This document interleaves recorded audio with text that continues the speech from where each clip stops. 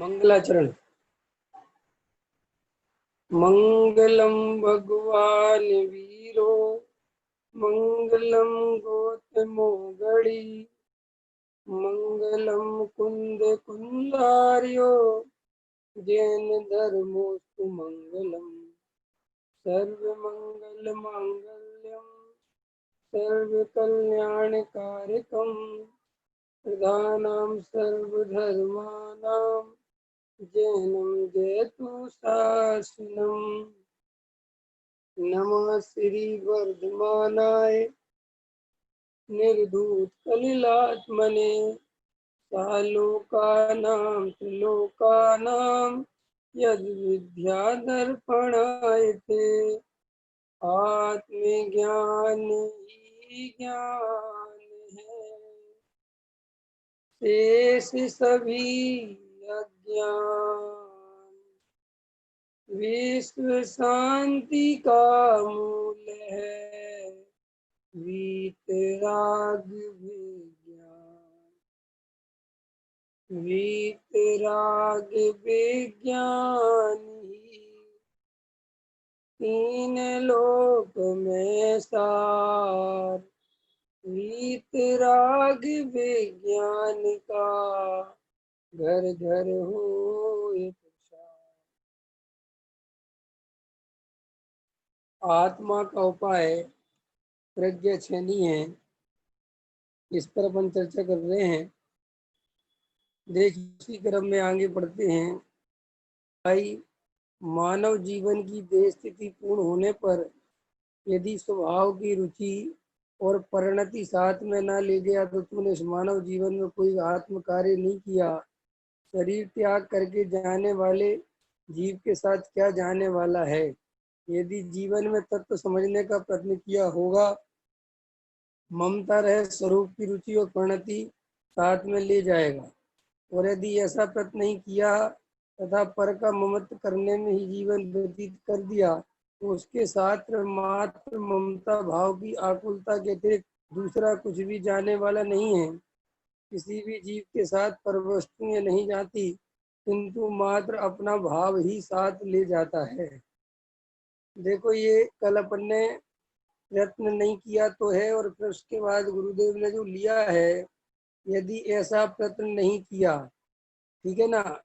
अभी अपन ने कल इस पर भी चर्चा की थी कि हम सबको गहराई से ये भी देखना चाहिए कि वास्तव में हमारी रुचि असली है कि नकली है। हमारी रुचि आत्मा के प्रति हृदय से उठी है, तो देखा देखी है, सुनने से हो गई है, सत्संग से हो गई है। इस सब अपन को गहराई से अपने अभिप्राय को पहचानना चाहिए, क्योंकि अभिप्राय को पहचानने का जीव को अवसर नहीं मिलता। क्योंकि कुल परंपरा से जो धर्म की परिपाटी चलती है और फिर उसी में जीव रमता चला जाता है, फिर उसी के क्रियाओं में, उसी की मर्यादाओं में, उसी के संस्कारों के अनुकूल अपने जीवन को बनाता चला जाता है, और फिर जीव को समझ ही में नहीं आता कि वास्तव में ये धर्म की शुरुआत हुई तो हुई कैसे और मैं कर क्यों रहा हूँ। इसलिए अपने अभिप्राय को पहचानना सीखो। तो गुरुदेव कहते हैं तो तुम्हें आत्मा की वास्तविक रुचि है कि देखा देखी रुचि है, अथवा बस अब सब सुनते हैं तो सुनने लग गए, फिर कुछ बातें अच्छी लगने लगी, कुछ बातें ठीक लगती हैं, संतोष देती हैं, थोड़ा मन में शांति देती हैं, थोड़ी आकुलता कम कर देती हैं, तो इसलिए सुनने लग गए। माने आपको कई प्रकार से विचार करना पड़ेगा। देखो भाई, लोग मोटिवेशन वाले होते हैं ना, उनकी भी क्लासें सुनते हैं, क्योंकि उनकी बातों से भी पॉजिटिव एनर्जी मिलती है, लोगों को शांति मिलती है। तो श्री गुरु कहते हैं मात्र तुम लौकिक शांति के लिए अथवा अशांति नहीं रहे, थोड़ा सा मन शांत बना रहे, इसके लिए तुम धर्म की चर्चा सुनते हो, तो तुम्हें असली धर्म प्राप्त नहीं हो सकता। अथवा पुण्य बनेगा, अथवा अनुकूलताएं बनी रहेंगी, अथवा भैया थोड़ा धर्म भी सुन लो, इस तरीके की अगर ये छोटी मोटी प्रयोजन से अपन आत्मा के कार्य को सुनते हैं, तो श्री गुरु कहते हैं कि ये तुम्हारा भव बेकार चला जाएगा। देखो भाई, बहुत अमूल्य जीवन में ये बात सुनने मिली है। एक कहानी है छोटी सी। एक बहुत बड़ी रानी थी, बहुत पैसे वाली, और एक बहुत गरीब आदमी था। वो चित्र बनाता था, बहुत गरीब था, लेकिन वो चित्र बहुत अच्छा बनाता था। तो वो रानी समझ लो उसके पास आई और उससे बोली, ये एक चित्र बनाओ मेरा सुंदर। तो उसने कहा कि चलो ठीक है बनाता हूँ। और उसने एक 15 दिन में चित्र बनाया। तो वो रानी अपना चित्र लेने आई। तो उसने कहा कि बोलो क्या चाहिए तुम्हें, कितने पैसे दूं, कितने डॉलर दूं, कितने पैसे चाहिए। तो उसने मन में एकदम घबरा गया कि क्या मांगू, ये तो बहुत बड़ी रानी है। और सोचता रहा, $100 मांगू, $500 मांगू। मन सोचते सोचते वो सोचने लगा कि यार नहीं, अपने मांगने से तो बात खराब हो जाएगी, इससे खुद ही कह देते हैं कि तुम जो देना चाहो। तो उसने रानी से कहा कि आप जो देना चाहो वो दे दो। तो उसे रानी ने कहा कि चलो ये बैग ले लो मेरा।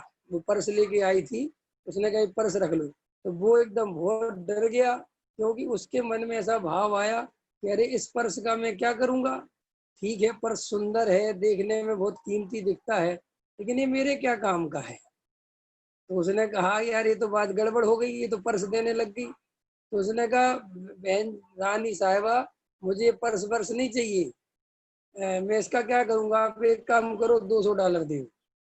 तो उसने उसी पर्स में से, जिसमें 1 लाख डॉलर रखे थे, कितने डॉलर रखे थे, 1 लाख, उसमें से $200 निकाले और दे के चली गई। तो वो अपना सिर पकड़ के बहुत रोया, बहुत सोचता रहा कि मैंने क्या किया। वो तो पूरा पर्स ही देने वाली थी, और उसमें $1 लाख रखे थे, जो मेरी पीढ़ी दर पीढ़ियां खाती रहती तो भी खत्म नहीं होते, और मैं कच्चे लालच में मर गया।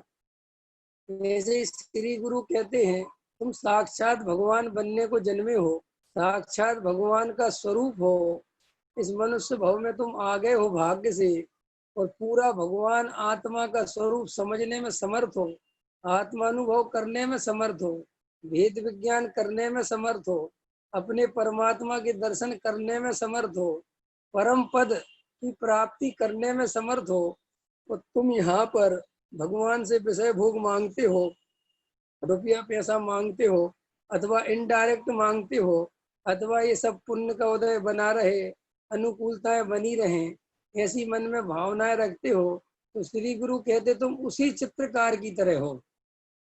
जैसे इतना सब कुछ इसे मिल सकता था, उसने मांगा तो क्या मांगा। ऐसे श्री गुरु कहते हैं कि तुमने इतना संगी पंचेंद्री पना, जो महा दुर्लभ से दुर्लभ है, समझ गए ना।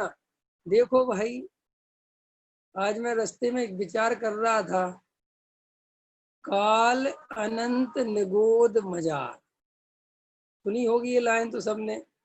काल अनंत निगोद मजार, बीतो एक इंद्रिय तन धार। ठीक है।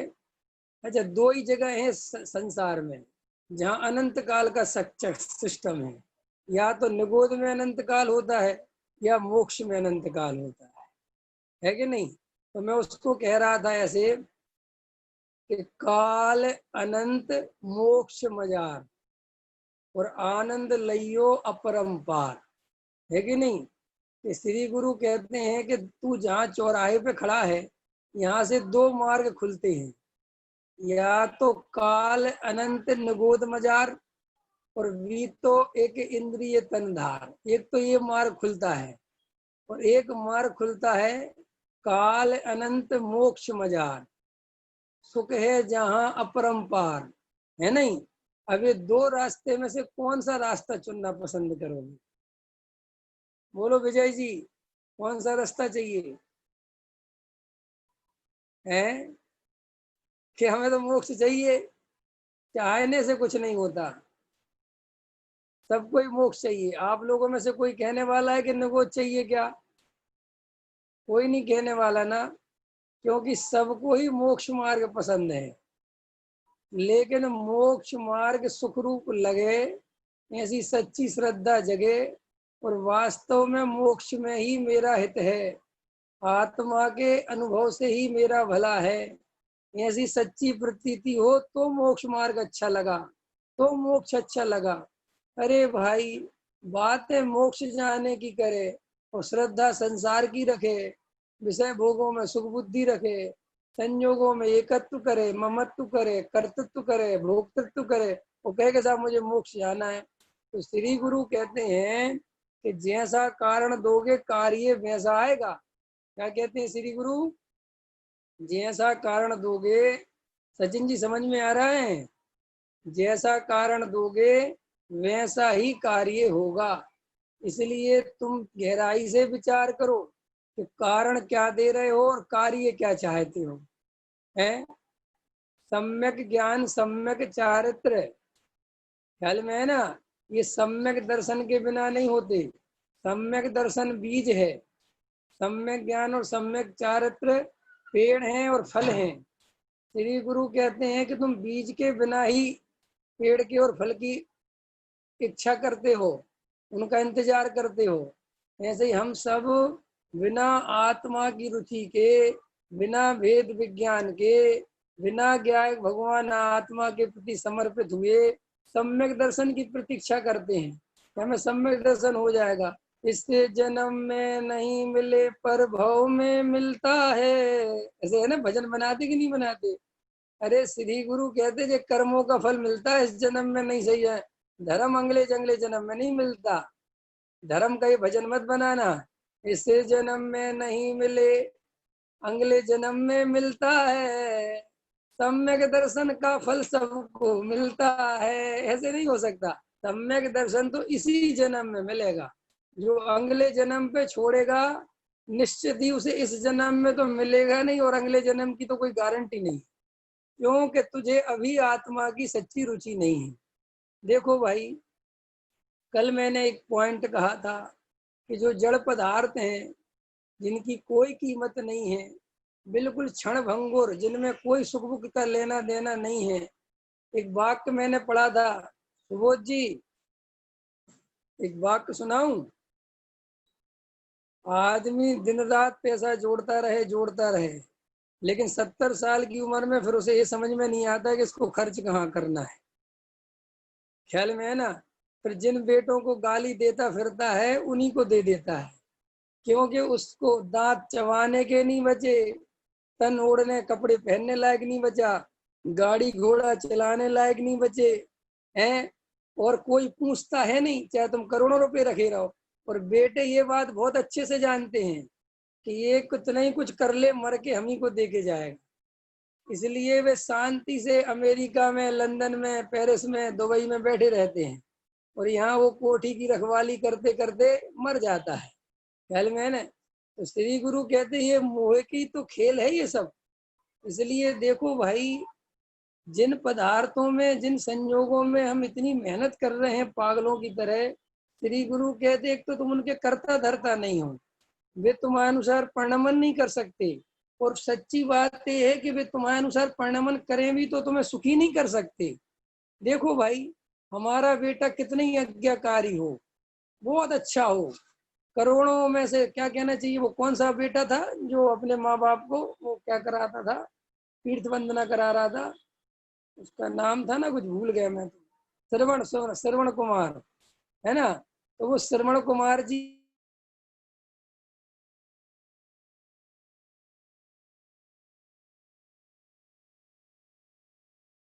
श्रवण कुमार क्या, जब हमारे शरीर में रोग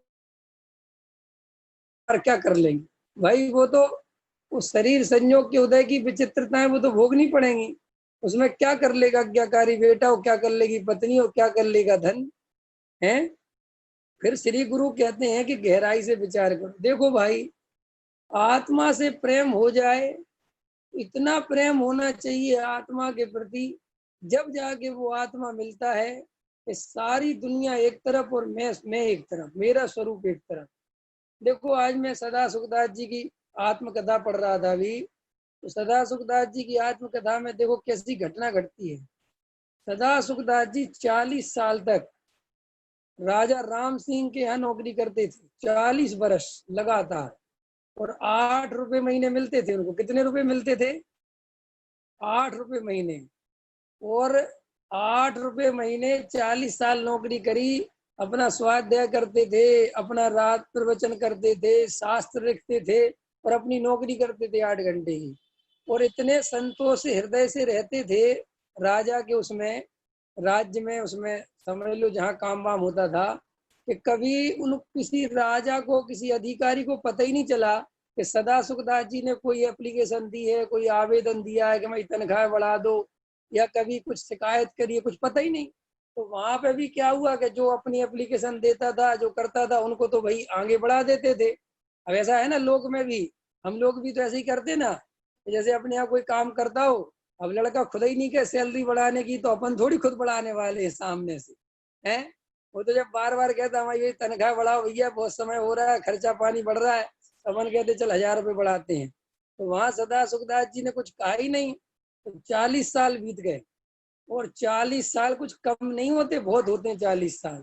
और जब 40 साल बीत गए, और एक दिन क्या हुआ कि एक एक दक्षिण से 2 विद्वान आए, और दक्षिण से 2 विद्वान आए तो उनने 2 श्लोक नगर के श्रेष्ठतम विद्वानों को सुनाए, और कहा इसका अर्थ बताओ। तो भैया वो कोई अर्थ ही नहीं बता पाए उन विद्वानों की 2 श्लोकों का। तो जब राजा को लगा कि ये तो मेरे राज्य की प्रतिष्ठा दांव पे लग गई, और मेरे यहाँ के सारे विद्वान इन 2 श्लोक के अर्थ नहीं बता पा रहे, तो किसी ने राजा से कहा कि सदा सुखदास जी बहुत बड़े विद्वान हैं और अपनी अनोखरी करते हैं, आप उनको बुलाओ, वो गारंटी से जो है इन श्लोकों के अर्थ बता देंगे। और सदा सुखदास जी आए, अगले दिन सभा लगी, 2 श्लोकों के अर्थ उनने बोले, और उनने 2 मिनट में बता दिया। बोले तो बहुत सरल अर्थ है, और बता दिया। और फिर उनने सदा सुखदास जी ने कहा, मैं तुमसे 2 श्लोक पूछता हूँ, तुम उसका अर्थ बताओ। तो उनसे 2 श्लोक पूछे दक्षिण के ब्राह्मण विद्वानों से, दो बता नहीं पाए। तो उनने कहा कि वो अपने हार गए, मतलब उस समय ऐसे ही होते थे वाद विवाद। तो राजा को बड़ा प्रसन्नता हुई, और उन्होंने कहा, अरे सदा सुखदास जी हमारे इतने बड़े विद्वान है, हमें तो पता ही नहीं, और हमारे यहाँ साहब 40 वर्षों से नौकरी कर रहे हैं। बोले हाँ। और रिकॉर्ड निकलो आया तो देखा कि साहब इनका तो 1 रुपया नहीं बढ़ाया, और ना इनका पद बढ़ाया, ना कुछ बढ़ाया। राजा को बड़ा दुख हुआ। तो राजा ने खेद व्यक्त करते हुए कहा, हमें आप क्षमा करें, हमें ये तक कोई पता ही नहीं था आपके बारे में, किसी ने बताया नहीं। तो आज से आप जो है, ये नहीं कहा राजा ने, ये हम आपकी सैलरी दुगनी करते हैं या कुछ भी। राजा ने कहा कि आप अपने मुंह से बोलो कि आपको कितनी सैलरी, उतनी कर दूंगा, मुंह मांगी। आप कहोगे 2000, 2000, 1000, जो कहोगे आप। तो उनने पता क्या कहा कि हे राजन, अगर तुम प्रसन्न ही हो तो मेरे को बिल्कुल पैसे की आवश्यकता नहीं है, और मेरा तो 8 रुपए में इतना अच्छा घर परिवार चल रहा है कि मुझे इसके विकल्प ही नहीं है, कोई विकल्प ही नहीं है, सोचो बात। और मेरा जो विकल्प है वो इतना सा है कि मैं शास्त्र स्वाध्याय और आत्मचिंतन के लिए समय कम दे पाता हूँ। तो आप तो मेरी ड्यूटी आधी कर दो। संजय भैया क्या मांगा, मेरा समय आधा कर दो, ताकि मैं अपना चिंतन मनन, तत्व विचार, स्वाध्याय, शास्त्र रचना ये कर सकूं। तो राजा को और ज्यादा वो हुई कि अरे रे रे, क्या गजब के इंसान। तो राजा ने कहा, अरे आप इसकी बात ही छोड़ो, आज से आपका समय भी आधा, और आपका जो पैसा भी डबल। समझ गए ना। तो पता उनने क्या, अब सोचो अपन जैसा कोई हो, अपन के चलो अब डबल पैसे हो गए, हो जान दो, क्या जा रहा आ रहे तो आ जान दो, है ना, समय तो आधा हो ही गया। तो अभी उनने क्या कहा कि मुझे पैसा बिल्कुल नहीं चाहिए, 8 रुपए ही पर्याप्त है, और उससे ज्यादा जरूरत नहीं है। तो राजा को उसी समय फिर इनकार कर दिया कि 8 रुपए से ज्यादा नहीं चाहिए, बस। अब ख्याल में आया ना। आवाज नहीं आ रही क्या पंकज जी? बाकी सबको आ रही है, आपको नहीं आ रही, बाकी सबको आ रही है, आपके में कनेक्शन में प्रॉब्लम है। श्री गुरु कहते हैं कि भाई गहराई से विचार करो कि तुम सदा सुखदास जी का एक अपन ने भी छोटी सी आत्मकथा के अंश पढ़े। अब अपन देखो कि वास्तव में आत्मार्थी जीवन का कैसा बात ये नहीं है कि हम व्यापार धंधा छोड़ दें, इसमें छोड़ने और छाड़ने की बात नहीं है, इसमें कम ज्यादा की बात नहीं है। इसमें ये देखो कि आत्मा के प्रति कितना समर्पण है, ज्ञायक भाव के प्रति कितना समर्पण है, अपने स्वरूप की कितनी रुचि है। तो जो मैं कल बोल रहा था कि प्रतिकूलताओं में अगर हम वेद ज्ञान छोड़ देते हैं, तो श्री गुरु कहते कि तुम्हें अनुकूलता का ही भोग चल रहा है, तुम्हें सच्चे वेद ज्ञान की कोई खबर नहीं है। ख्याल में आ रही महेश जी बात? सच्चा वेद ज्ञान वास्तव में क्या है कि लाखों अरबों रुपए का लाभ दिखता हो, करोड़ों रुपए का लाभ दिखता हो, और ऐसे करोड़ों रुपए में अगर मेरा वेद ज्ञान छूटता हो तो फिर क्या करना? करोड़ों को छोड़ना कि वेद ज्ञान छोड़ना? बोलो महेश जी। हैं? श्री गुरु कहते हैं कि देखो भाई, ये बाहर की व्यवस्थाएं तो उदय प्रमाण है, इनके करता धरता तो तुम हो नहीं, फिर भी तुम्हारे अंतरंग आत्मा क्या कहती है? करोड़ों छोड़ने को तैयार होगे कि वेद ज्ञान छोड़ने को तैयार हो? ये सब परीक्षा करनी पड़ेगी अपनी। अगर ये परीक्षाएं तुम अभी नहीं करोगे, ध्यान नहीं दोगे, तो गारंटी से समझ लेना बुढ़ापा वैसे ही जाने वाला है जैसा अन्य लोगों का फिर जाएगा। क्योंकि हमने बहुत एक से एक मुमुक्षुओं को, एक से एक क्या सबको देख रखा है कि क्या होता है कि जवानी में दुकान भी खूब चलाते हैं और स्वाध्याय भी सुनते हैं, नौकरी भी करते हैं, और बुढ़ापा आते आते व्यापार धंधे भी कमजोर पड़ जाते हैं, शरीर शिथिल हो जाता है, तत्व की रुचि छूट जाती। क्यों? कि वो तत्व की रुचि अनुकूलताओं के कारण थी, मान प्रतिष्ठा के कारण थी, सामाजिक सिस्टम के कारण थी, खुद के हृदय से नहीं थी। तो जैसे ही बाहर के लोगों ने पूछना बंद किया बुढ़ापे में, अब मंदिर में जा रहे हो तो लोग तुमसे बतिया नहीं रहे, बात नहीं कर रहे, पराधीन हो गए, तो फिर लोगों की मंदरई से चिढ़ होती है, लोगों को अंतरंग आत्मा से फिर वो समय काटते हैं। और अगर जो समय काटने लग जाए तो समझ लेना उसने आत्मा की बात सुनी ही नहीं। वो तो अब समय काटने के लिए कुछ उपाय नहीं सूझता, अब है कि नहीं? तो अब क्या कर सकते हैं कि भैया प्रवचन ही सुना दो, यही लगा दो, वही लगा दो। वो कहते हैं ये ऐसा नहीं, अंतरंग में उछले छे आनंद हिलोर, आनंद उछलना चाहिए। शरीर शिथिल पड़ा हुआ है, शरीर हिल नहीं पा रहा है और अंदर आनंद चल रहा है, ये आत्मा आरती का लक्षण है। वो पढ़ते हैं ना अपन, बाहर नारक कृत दुख भोगे, पढ़ते ना एक भजन, अंदर रस की घटा घटी, है ना? ऐसा पढ़ते ना एक भजन है ना, आत्म अनुभव आवे तब और कछु ने सुहावे, है ना? श्री गुरु कहते हैं कि बाहर नारक कृत दुख भोगे और अंदर आत्मा की घटा घटी, उसकी रसा रसी। श्री गुरु कहते हैं कि ज्ञानी बाहर से भले ही कैसा तुम्हें उसकी दशा दिखे, लेकिन उसके अंतरंग में 1% भी दुख नहीं होता।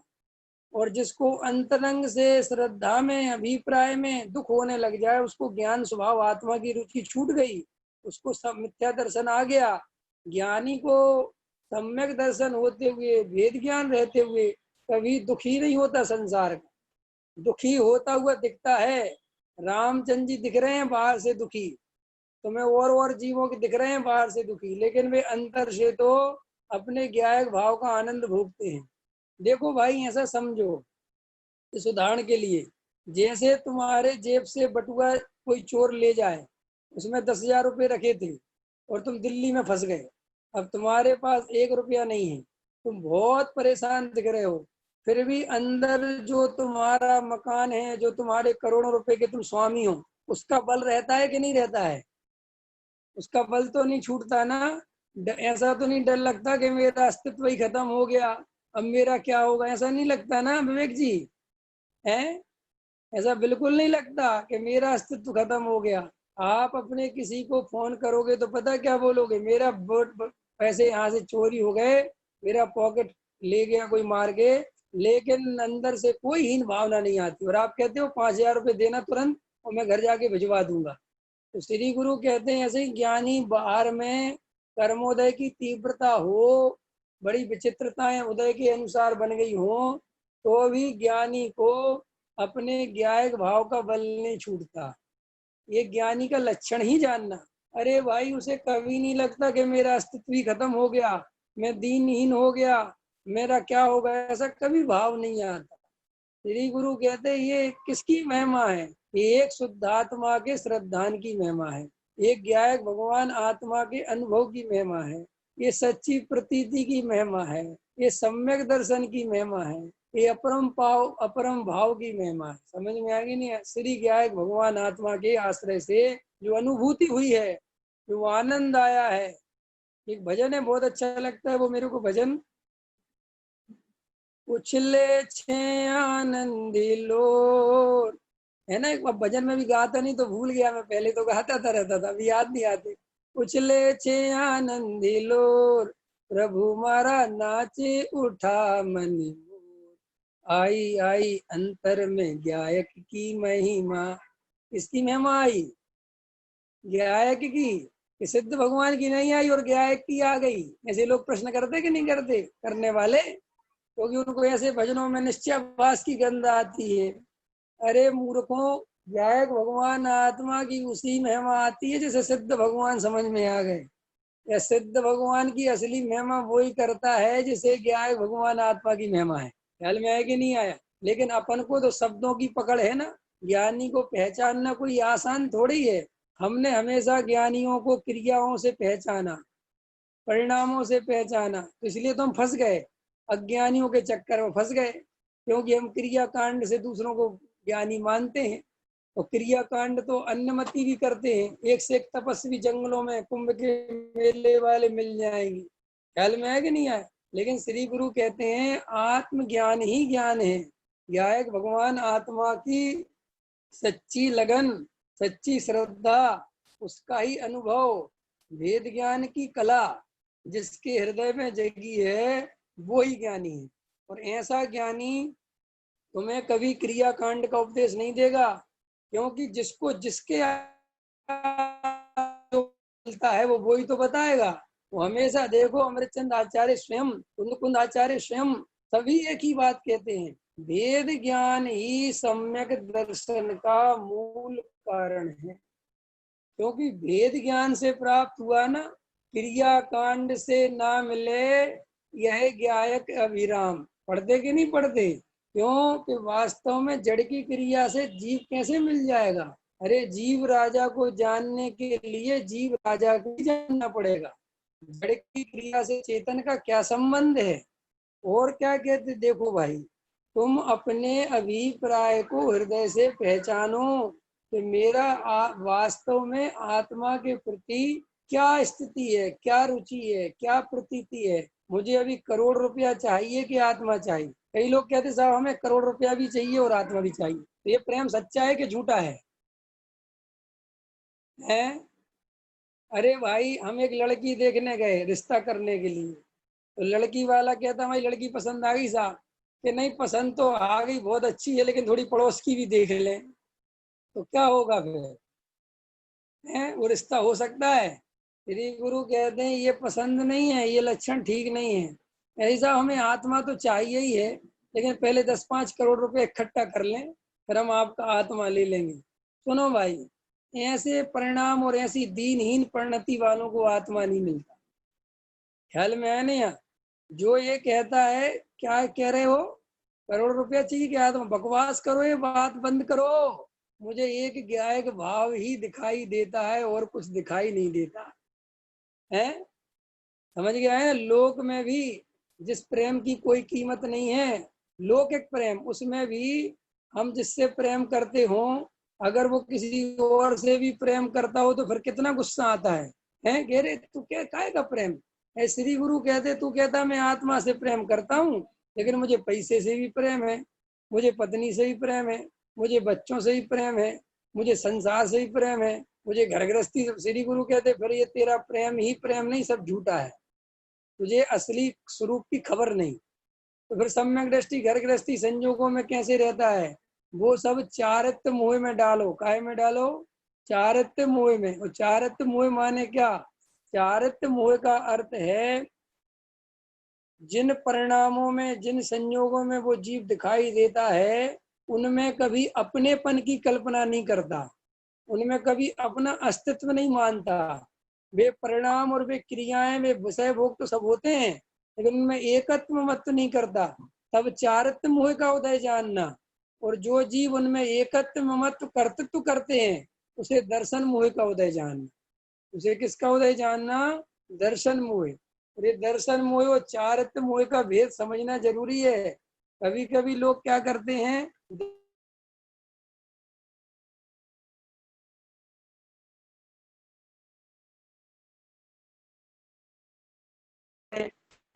कि उसके लिए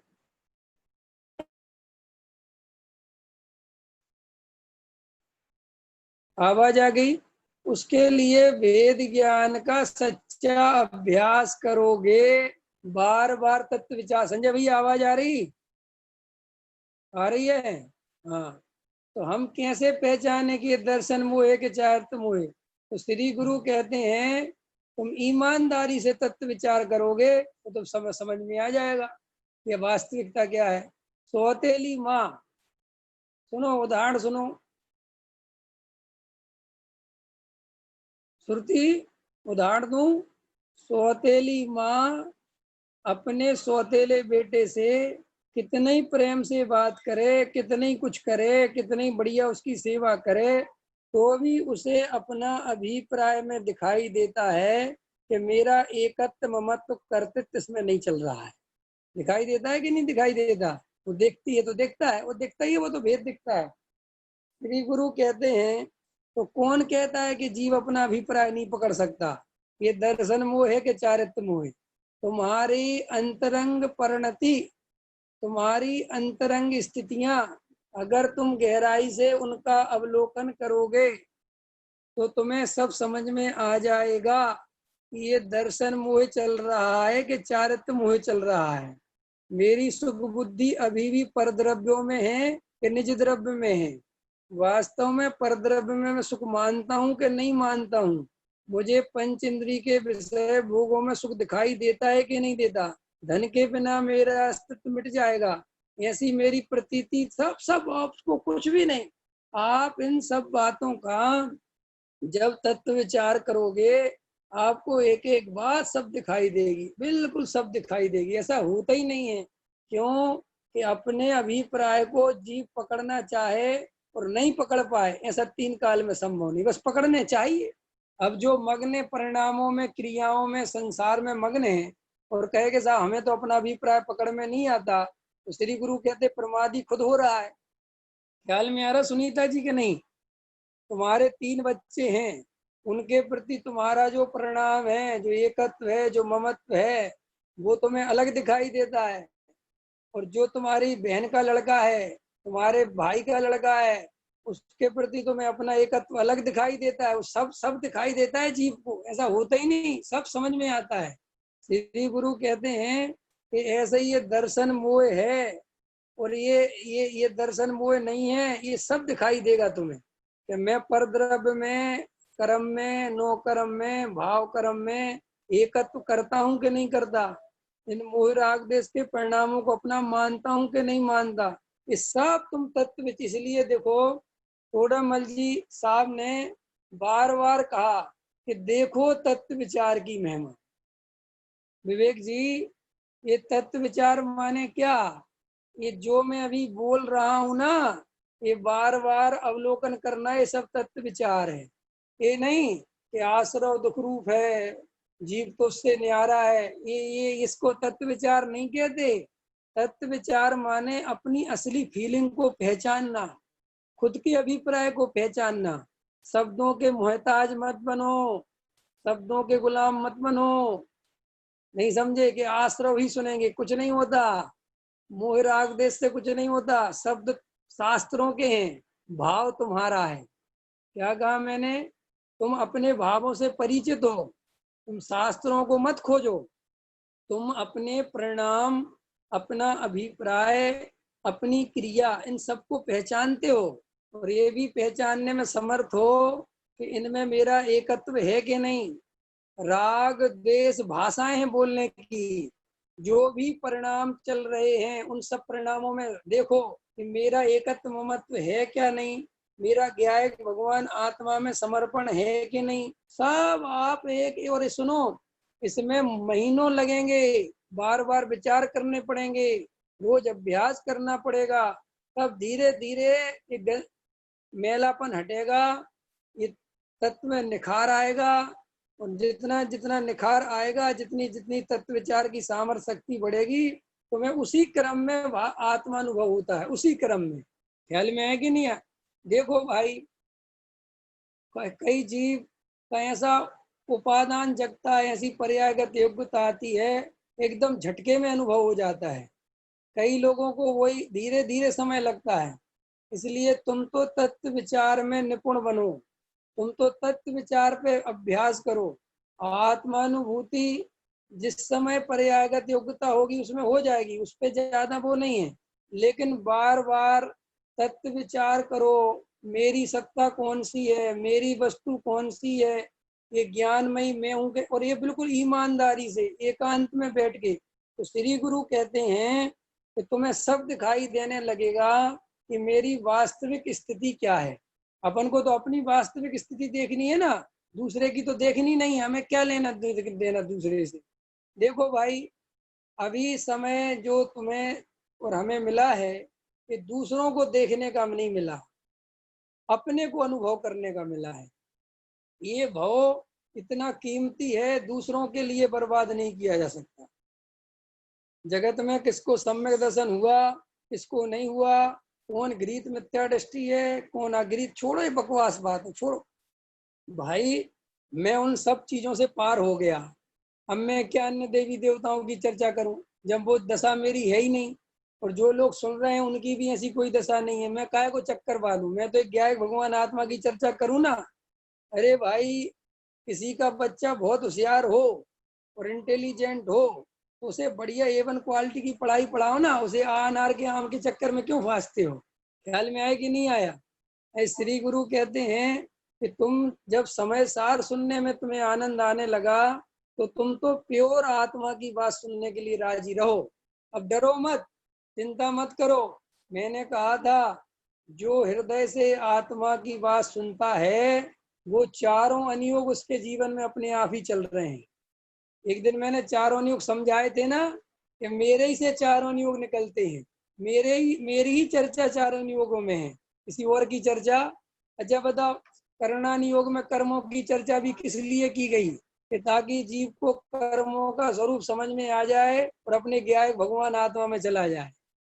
चरणानुयोग में भी आचरण व्यवहार की चर्चा क्यों गई है, कि जीव को समझ में आ जाए कि यहाँ कोई सुख भुख नहीं है, सुख तो मेरी आत्मा में ही है, मैं यहाँ पागलपन के दौरे पड़ रहे थे मेरे को। वर्तमान योग में चर्चा क्यों की गई, किसकी की गई, कि मेरी की गई, कि देखो देखो तुम घबराना नहीं, ऐसे ऐसे जीव हुए जिनकी ऐसी ऐसी दशाएं थी, वे भी मोक्ष को प्राप्त हो गए, अंजन जैसे निरंजन हो गए, भील जैसे महावीर हो गए, तो तुम क्यों डरते हो? तुम तो उनसे बहुत आगे की सीढ़ी पे खड़े हुए हो, तुम तो बिल्कुल निकट हो, इसलिए तुम घबराओ मत। प्रथमान योग हमें संबल देता है, ख्याल में है कि नहीं है? और द्रव्यान योग तो प्रत्यक्ष ही कार्यकारी है, क्योंकि वो सीधी तुम्हारे स्वरूप की चर्चा करता है। वो तो सीधा तुम्हें तुम्हारा ज्ञायक भगवान आत्मा दिखाता है। ख्याल में आगे कि नहीं आ गया? इसलिए अति उत्साह पूर्वक, क्या कहते हैं, ममत्व करने में भैया जीवन मत लगाओ, पर की देखभाल में जीवन मत लगाओ। ऐसा मत सोचो कि संयोग मेरे बिना इनका क्या होगा, अब मैं इनका कैसे, कुछ नहीं। ये संयोग अपनी योग्यता से सब मिले हैं और अपनी योग्यता से बिछड़ते हैं। मैं तो मात्र ज्ञान देखने वाला, जानने देखने वाला तत्व हूँ। और देखो क्या कहते हैं, इसके मात्र ममता भाव की आकुलता के अतिरिक्त दूसरा कुछ भी जानने वाला नहीं है। जो पर में एकत्व ममत्व कर्तृत्व भोक्तृत्व करेंगे, श्री गुरु कहते हैं, उनके साथ मोह के अलावा कुछ भी जानने वाला नहीं है। और मोह का अंत कहाँ होता है? अंत माने कि मोह कहाँ ले जाके पटकता है? श्रुति मिथ्यात्व माने मोह। ये मिथ्यात्व कहाँ लेके पटकता है जीव को, अगर इस मिथ्यात्व का नाश नहीं किया तो। काले अनंत गोद मजार, भी तो एक इंद्रिय तनदार, फिर तास ब्रह्मन की है बहु कथा। श्री गुरु कहते हैं कि तेरी कहानी फिर से वहीं से चालू हो जाएगी, फिर वही कथाएं तेरी चलेंगी, फिर एक इंद्री, फिर कभी भैया विकला त्रैतन धरो, फिर कभी दो इंद्री, फिर वो इतनी लंबी। श्री गुरु कहते इससे अच्छा तू मोह को यहीं नष्ट कर दे, और काल अनंत मोक्ष मजार की यात्रा चालू कर दी। और वो मोक्ष की यात्रा कहाँ से चालू होती है? सम्यक दर्शन से, भेद विज्ञान से, आत्मानुभूति से। लिखा है ना, मोक्ष महल की प्रथम सीढ़ी। लिखा के नहीं लिखा? प्रथम सीढ़ी मोक्ष महल की कौन है? सम्यक दर्शन। और सम्यक दर्शन की सीढ़ी कौन है? वेद ज्ञान। और वेद ज्ञान कहाँ से आता है? तत्व विचार से। और तत्व विचार कहाँ से आता है? जब जीव संसार का स्वरूप देखकर, अहो मुझे तो इन बातों की खबर ही नहीं थी, जब वो चारों तरफ दृष्टि डालता है, अरे रे दुख के अलावा कुछ नहीं है, आकुलता के अलावा कुछ नहीं है, अरे रे रे मुझे तो भाग्य से ये बात समझ में आ गई, अब पागलपन नहीं करना, अब अज्ञान दशा में नहीं जीना। तो श्री गुरु कहते हैं देखो, वहीं से तत्व विचार की उमंग आई। फिर वेद ज्ञान की कला सीखी। क्या लिखा? और भी लिखा ना दौलत राम जी ने, दोले समझ सुन चेत सयाने, काल वृथा मत खोवे, ये नर भव फिर मिलन कठिन है, जो सम्यक नहीं होवे। क्या दौलत राम जी का कमाल संबोधन कर रहे हैं।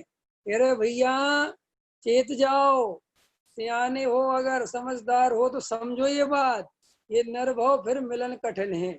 अगर अभी भी तुमने ये पागलपन नहीं छोड़ा, अभी भी तुम्हें ये समझ में नहीं आई कि परद्रव्यों में सुख नहीं है, अभी भी तुम्हें ये बात समझ में नहीं आई कि रुपए पैसे के ढेर भले ही लगा लो, ये पर्याय अपने समय पे छूटेगी, चाहे कितने ही बड़े पद पे बैठ जाओ, ये पर्याय छोड़नी ही पड़ेगी। ये बात अभी भी समझ में नहीं आई तो दौलत राम जी कहते तुम सियाने नहीं हो, फिर तुम चतुर नहीं हो। फिर हम तो चतुर उसे कैसे कहते हैं? चतुर जिसको ये चार गति परिभ्रमण से निकलने का उपाय समझ में आ गया, वो चतुर है। जिसको चार गति परिभ्रमण से निकलने का उपाय समझ में नहीं आ रहा है और संयोगों में एकत्व ममत्व कर्तृत्व भोक्तृत्व कर रहा है, श्री गुरु कहते वो चतुर नहीं है, वो प्रवीण नहीं है, वो मूर्ख है, वो अज्ञानी है, वो करुणा का पात्र है, वो दया का पात्र है। इसलिए क्यों भैया विवेक जी, किसी की दया का पात्र बनना पसंद करोगे? हैं? कोई तुम पे दया करे ऐसा बनना पसंद करोगे? श्री गुरु कहते अगर नहीं करोगे तो अपने गायक भगवान आत्मा को पहचानो, बनना जगह जगह दया के पात्र बनोगे। सब कोई कहेगा अरे ये बेचारा जीव, इसको बचा लो, अरे कीड़ा मर रहा है, अरे बचा लो, ये सब दया के पात्र। अरे गरीब आदमी, अरे बेचारा ज्ञानी जीव, मुनिराज, अरे अरे अज्ञानी जीव, बेचारे को कुछ पता नहीं। बेचारा बनना है कि न्यारा बनना है? गायक भगवान आत्मा कहते भैया, श्री गुरु कहते विचार करो। क्या विचार करें? ये भव सफल कैसे हो, यह नर भव जन्म सफल कर लीजिए। क्या सफल करने का मतलब क्या है? वेद ज्ञान की कला सीख लेना सफल कर लेना है। व्रत उपवास कर लेना सफल करना नहीं है। मंदिर पूजा पाठ सब में शिखर का पहाड़ चढ़ लेना सफल करना नहीं है। ये पागलपन की बातें हैं भाई। ये तो संसारी जीवों को लॉलीपॉप दिए जाते हैं। क्या दिए जाते हैं? संसारी, जैसे अपन अपने बच्चों को बरगलाते हैं कि नहीं बजाते हैं? मेरा बेटा है ना, मेरे बच्चे, तो मैं कई अब 4 5 7 7 साल के हो गए और करीब जब 2 2 साल के थे तब से मैं कहता हूँ जल्दी सो जाओ, मैं तुम्हें 5 रुपए दूंगा, तुम्हें मैं 2 रुपए दूंगा, कभी कहता हूँ टॉफी दे दूंगा, सो जाओ जल्दी। तो मेरे बच्चे कहते हैं बड़े हो गए, तुमने आज तक नहीं दी, तुम झूठ बोलते हो और रोज सुला देते हो हमें और अगले दिन हम भूल जाते हैं सो के कि तुमने क्या कहा था। ऐसे ही श्री गुरु कहते हैं ये बेचारा अज्ञानी जीव आत्मा को समझता नहीं है और ये लॉलीपॉप में उलझ जाता है। महाराज हम तो कछु नहीं जाना, हम अज्ञानी जीव है महाराज, हमें कछु त्याग करवा दो। महाराज जी कोई सच ऐसा उपाय बता दो जो आसान हो और आसानी से हो जाए, है कि नहीं?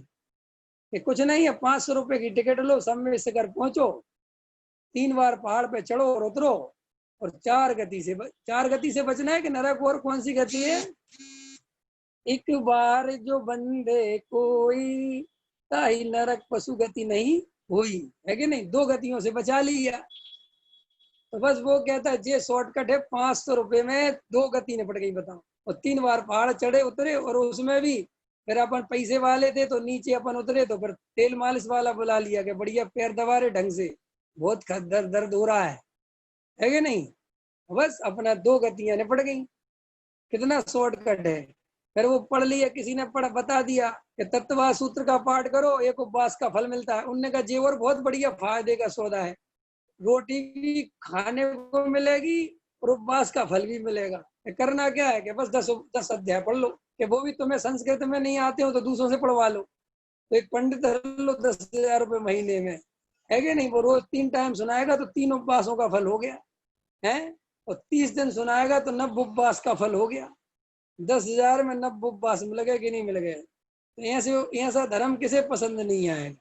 रात और दिन पाप करो, गंगा जी में नहाओ, सारे पाप धुल जाते हैं। ऐसे ही दिन भर पाप करो, रात को णमुकार मंत्र की जाप करो। भाई इस धर्म की चर्चा नहीं कर रहा हूं मैं, ये धर्म ही नहीं है। ये धर्म का कोई कसर लेना देना नहीं। ये तो संसारी जीवों को ये लॉलीपॉप पकड़ा दिए जाते हैं ताकि वो उनके भरोसे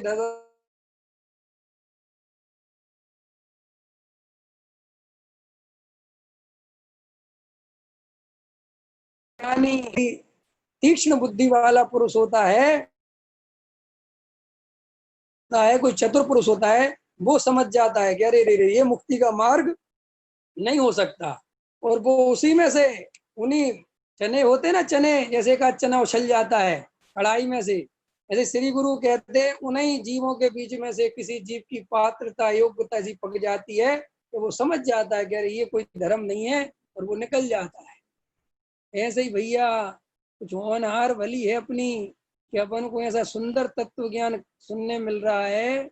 और अगर अपन अभी भी पुरुषार्थहीन रहे और संयोगों में ही पागल बने रहे तो श्री गुरु कहते हैं तेरे अभाग्य की महिमा हमसे नहीं कही जाएगी। तो इस तरीके से अभी आज की चर्चा हुई पूरी। अब इसमें और आगे आचार्य देव चेतना द्वारा आत्मा का ग्रहण करना चाहिए, अभी और उपदेश देंगे और प्रेरणा करेंगे अभी गुरुदेव। तो उसकी चर्चा अपन कल नहीं कर पाएंगे, परसों करेंगे। कल एक गोष्ठी है रात को 9 बजे, उसमें मेरा विषय है प्रभावना अंग। तो मैं आप लोगों को उस लिंक भेज दूंगा, रात को 9 बजे उस पर बोलूंगा मैं 15 मिनट की। मैंने और भी वक्ता होंगे, तो मेरा तो उसमें विषय प्रभावना अंग है। तो कल आप उसका लाभ ले लेना रात को, और परसों अपना विषय यथायोग्य चलेगा, ठीक है ना। अभी का समय पूरा हो गया। सहजानंदी शोध स्वरूपी अविनाशी में आत्म